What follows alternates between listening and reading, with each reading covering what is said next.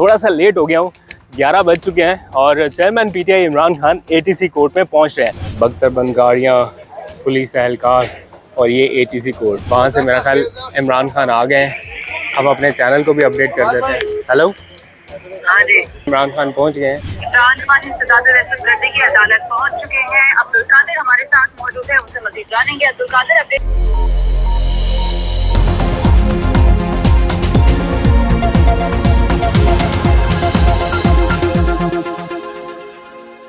बिस्मिल्लाहिर्रहमानिर्रहीम, अस्सलाम वालेकुम। मैं हूं अब्दुल कादिर और आप देख रहे हैं आपका अपना फेसबुक और यूट्यूब चैनल।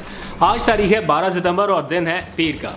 आज के दिन के 3 अहम इवेंट्स रहे। सबसे पहले तो चेयरमैन पीटीआई इमरान खान को आज सुबह इंसदाद दहशतगर्दी की अदालत में पेश होना था, क्योंकि आज उनकी ज़मानत का आखिरी दिन था। सुबह का आगाज़ वहाँ से हुआ और फिर मैं एटीसी कोर्ट गया। उनकी अदालत में पेशी से लेके ज़मानत तक का जो भी मामला था वो वहाँ पे कवर किया। बहुत ज़्यादा पुलिस की नफरी वहाँ पर तैनात थी और क्या वहाँ पे मनाजर थे, कैसे कैसे ये सब कुछ हुआ, मैंने आपके लिए रिकॉर्ड किया। कुछ ही देर में आपको सारे एक्सक्लूसिव मनाजर दिखाऊंगा। और दूसरा इवेंट बनी गाला में रिलीफ मिलते ही इमरान खान की ज़ेर सदारत एक अहम इजलास हुआ, जो कि एक तरह से सीनियर क़यादत का एक बड़ा इजलास था। उसमें कुछ अहम फैसले लिए गए। इमरान खान साहब को तो रिलीफ मिला, लेकिन हुकूमत के लिए थोड़ी सी मुश्किल है। आइंदा का क्या प्लान बनाया है उन्होंने, कुछ 16 से ज़्यादा ऐसे मामलात हैं जिनको लेके वो आगे बढ़ने वाले हैं। उनकी आपको डिटेल कुछ देर में बताऊंगा। और तीसरा इवेंट अब से कुछ देर पहले ख़त्म हुआ, जो कामरान खान साहब के साथ उनका एक इंटरव्यू था। इस इंटरव्यू की अपनी जगह पर अहमियत इसलिए भी है क्योंकि बहुत सारे ऐसे सवालों के जवाबात जो सबको चाहिए, सब सुनना चाहते हैं, लेकिन बहुत सारी चीज़ें ऐसी हैं हसास नौइयत की जिनके ऊपर ज़्यादा बात नहीं इन दिनों में हो रही। और वो क्वेश्चन भी उन्होंने बड़े अच्छे से फ्रेज़ करके जैसे तैसे पूछ लिए।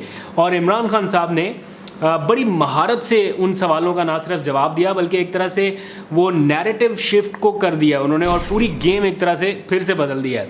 क्या हाईलाइट्स रहीं उसके ऊपर भी बात करेंगे, लेकिन मेरा ख्याल है शुरुआत करते हैं दिन के आगाज़ से, जब एटीसी कोर्ट में उनकी आमद हुई, फिर बनी गाला में जो इजलास हुआ उसकी तफसील, और फिर कामरान खान के इंटरव्यू पे थोड़ी सी बात करते हैं। तो एटीसी कोर्ट की तरफ चलिए, वहाँ पे क्या मनाजर थे वो देखिए। थोड़ा सा लेट हो गया हूँ, 11 बज चुके हैं और chairman PTI Imran Khan ATC court में पहुँच रहे हैं। वहाँ पर आगे एटीसी कोर्ट है, लेकिन ज़्यादा पैदल चलना पड़ रहा है क्योंकि आसपास सब जगह पर नाके लगाकर रास्ते एक तरह से बंद किए गए हैं सिक्योरिटी पॉइंट ऑफ व्यू से। तो वहाँ पर आप देख सकते हैं पुलिस की नफरी भी अच्छी खासी तैनात है, मीडिया की गाड़ियाँ भी हैं। थोड़े से मैं आपको मनाजर दिखा देता हूँ। तो ये बेसिकली नैब कोर्ट है, एटीसी कोर्ट, और यहाँ पर आप पुलिस की नफरी देख सकते हैं कितनी बड़ी तादाद में यहाँ पर कोर्ट के बाहर लगाई गई है। और कुछ ही देर में इमरान खान को वहाँ से आना है। तो ये एक तरह से सिक्योरिटी अरेंजमेंट्स,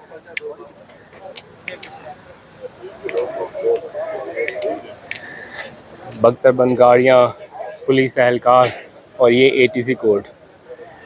आज इमरान खान साहब की गाड़ी को अंदर जाने की परमिशन दी गई है कि वो अंदर जा सकते हैं। मीडिया के कुछ लोग यहाँ पर मौजूद हैं।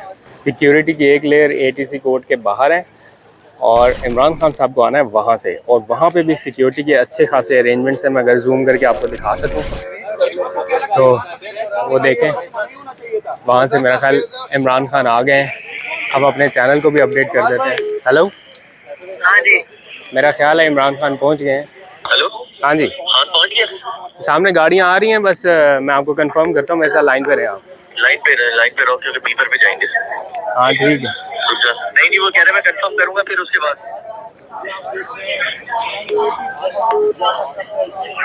हाँ पहुँच गए हैं, चला दें आप। पहुँच गए। पहुंच गया। लाइन 4 अब्दुल कादिर बीपर देना फिर, ठीक है?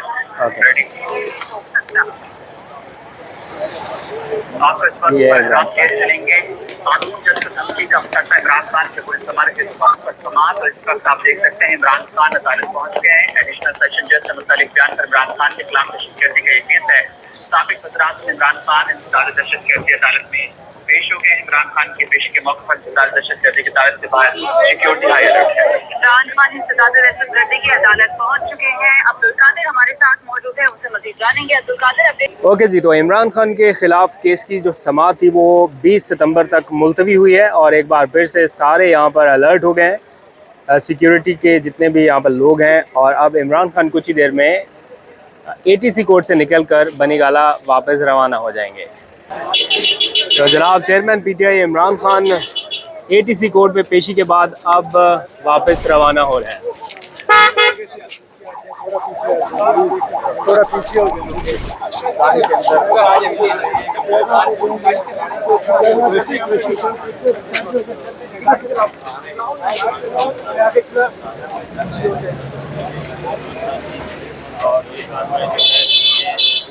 Welcome back to the studio. Outdoor manager आपने थोड़े से देख लिए, बाकी बातें यहाँ स्टूडियो से करते हैं। तो अदालत से रिलीफ मिलते ही इमरान खान साहब सीधे पहुंचे बनीगाला।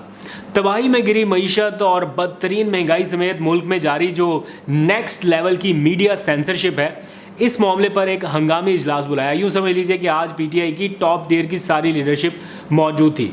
इमरान खान साहब को गुस्सा इस बात पर भी था कि पहले मीडिया को उनके जलसों की कवरेज से रोका, फिर सोशल मीडिया पर आवाज़ दबाने की कोशिश की, YouTube बंद कर दी। लेकिन रात गए सैलाब से मुतालिक जो टेलीथॉन थी उस दौरान तो हद ही होगी ना, जब टेलीथॉन की बराह रास्त कवरेज करने वाले गिनती के 3 चैनल्स थे उनको भी बंद कर दिया 3-3 घंटों के लिए। ARY, GNN और बोल, इन तीनों चैनल्स को इसलिए ऑफ एयर कर दिया गया कि इमरान खान की ये टेलीथॉन ना दिखा सके। इसके ऊपर सोशल मीडिया पर काफ़ी शोर शराबा हुआ, मैं उसकी डिटेल पर नहीं जाता, लेकिन ये बहुत ही एक घटिया किस्म की हरकत थी कि एक नोबल कॉज के लिए, एक नेशनल कॉज के लिए आप कह रहे हैं कि सियासत ना करें, सैलाब ज़दगान की मदद करें, और एक लीडर बैठा हुआ है मदद करने के लिए और अरबों रुपया इकट्ठा कर रहा है, आप उसी की आवाज़ दबा रहे हैं। हो सकता है ज़्यादा भी कर लेते इकट्ठे, लेकिन आपने आवाज़ दबा के उन लोगों के साथ अच्छा नहीं किया जो इस वक्त मुश्किल में थे।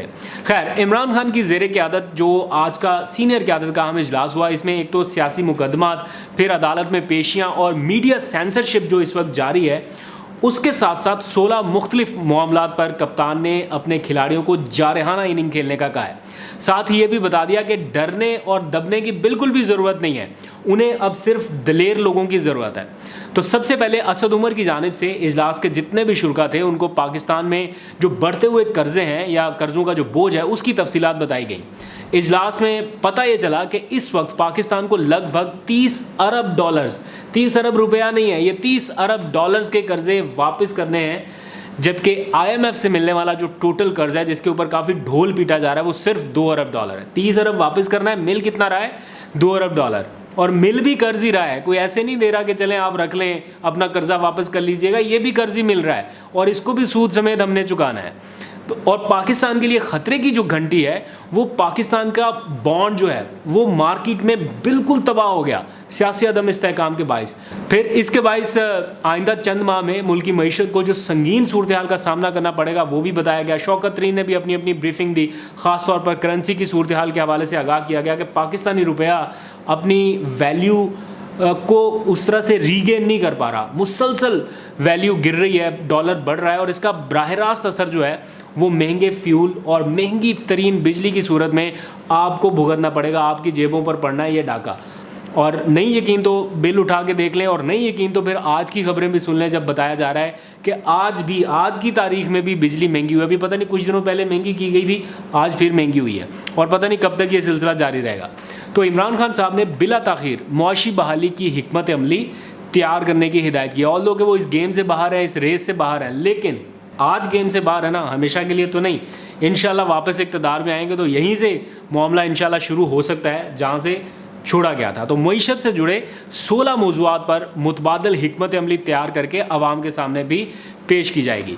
इसी इजलास के दौरान इमरान खान ने बातचीत करते हुए कहा कि मुल्की मईशत तबाही के दहाने पर पहुँच चुकी है और तहरीक इंसाफ फौरी तौर पर अपना मुतबादल मुआशी मनसूबा तैयार करके अवाम के सामने रखेगी, क्योंकि बतौर अपोजिशन ये लाजिम है कि मजबूत मईशत के लिए अपनी तजावीज़ सामने रखी जाए।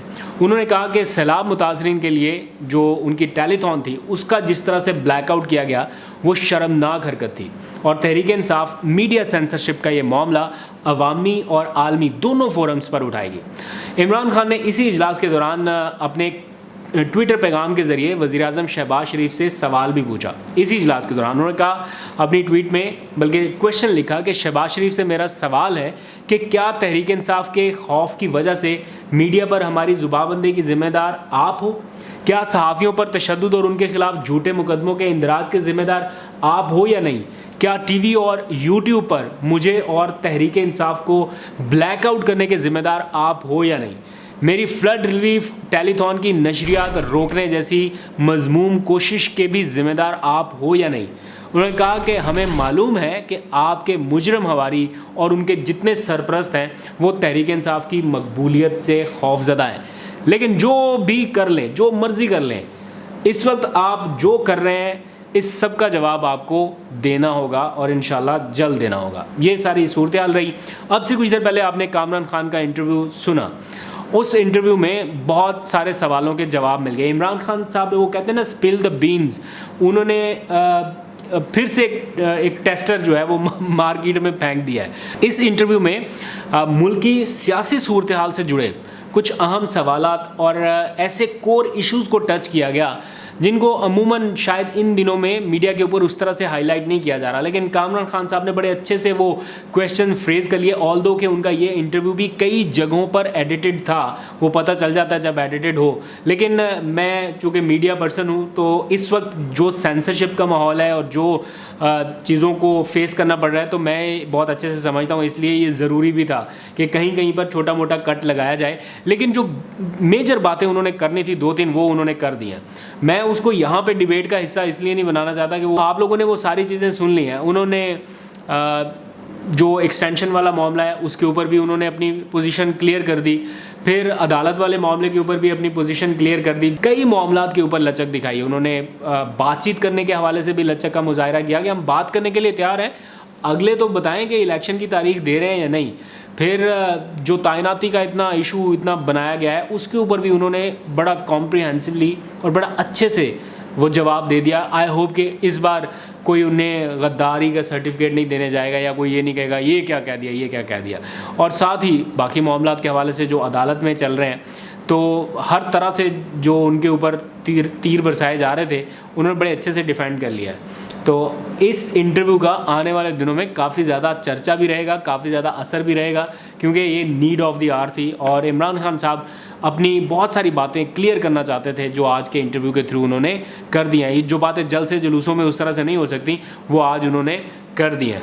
तो पहले तो प्रेशर रहा कामरान खान साहब से उनके ऊपर जब पहले उन्होंने कमिटमेंट की इंटरव्यू की, लेकिन ये इंटरव्यू उस दिन वाला नहीं है, ये ताज़ा इंटरव्यू रिकॉर्ड किया गया। तो आई होप कि आप लोगों ने देख लिया होगा। कोई क्वेश्चन होगा तो ज़रा कमेंट सेक्शन में बताइएगा। आज तक के लिए इतना ही। अपना बहुत सा ख्याल रखिए। खुदा हाफिज़। 3 जुमलों का ये केस था, जिनमें से पहला जुमला था एक ASJ के बारे में। वो अब हाई कोर्ट के सामने सब जुडिस है, इसलिए वो इस पर्चे में से निकल गया। इसका मतलब ये हुआ कि मेरे खिलाफ आधा मुकदमा गलत साबित हो गया, इसलिए कि गलत उन्होंने एक्यूज किया मुझे। तीसरा ये था कि कोई JIT है। जज साहब ने बड़ी अच्छी बात की। उन्होंने कहा कि पहला हिफाजत करने वाला अल्लाह है और मैंने उस पर यह गुजारिश की जज साहब से कि इन हुक्मरानों को अगर यकीन होता कि हिफाजत करने वाला अल्लाह है तो 4 हंसने वाले बच्चों पे पुलिस से पर्चा कटवाते, उनको थाने लेके जाते, लोगों के घरों में छलांगे मारते। अब जो मुकदमा रह गया है ATC की कोर्ट में, वो 2 जुमले हैं। IG तुम्हें अब नहीं छोड़ेंगे और DIG हम तुम्हारे ऊपर केस करेंगे। ये केस है। इसका तरीका ये था कि IG और DIG गैर सियासी होते और वो सिर्फ गैर सियासी ना होते, उनमें से कोई भी किसी फौजदारी मुकदमे का मुल्जिम ना होता। मैंने अदालत को बताया कि कहाँ लिखा हुआ है यही सवाल उन्होंने दूसरी साइड से पूछा, वो जवाब नहीं दे सके कि मुलजिम को थाने जाने पड़ता है कि थाने आ जाओ, जिसके खतरात आप खुद हमें बताते हैं कि जी रोज खाता में लिख देते हैं, कहते हैं कि जी प्रोस्क्राइब्ड ऑर्गेनाइजेशंस, पता नहीं ये किसका नाम है, वो जान लेने के लिए घूम रही हैं और खदशात हैं और खदशात बेशुमार हैं। दूसरी तरफ से कहा गया कि ये सिक्योरिटी इतनी बड़ी हमने दी हुई है। मैंने कहा ये जो 2600 लोग बाहर खड़े हैं ये इमरान पे घेरा डालने के लिए खड़े होते हैं। वो अपनी सिक्योरिटी के लड़कों के साथ आया है, उन्हीं के साथ वापस जा रहा है। आखिरी बात ये कि ये सारी मुहिम है माइनस इमरान की। इमरान प्लस रहेगा, माइनस करने वाले इंशाल्लाह जल्दी माइनस हो जाएंगे।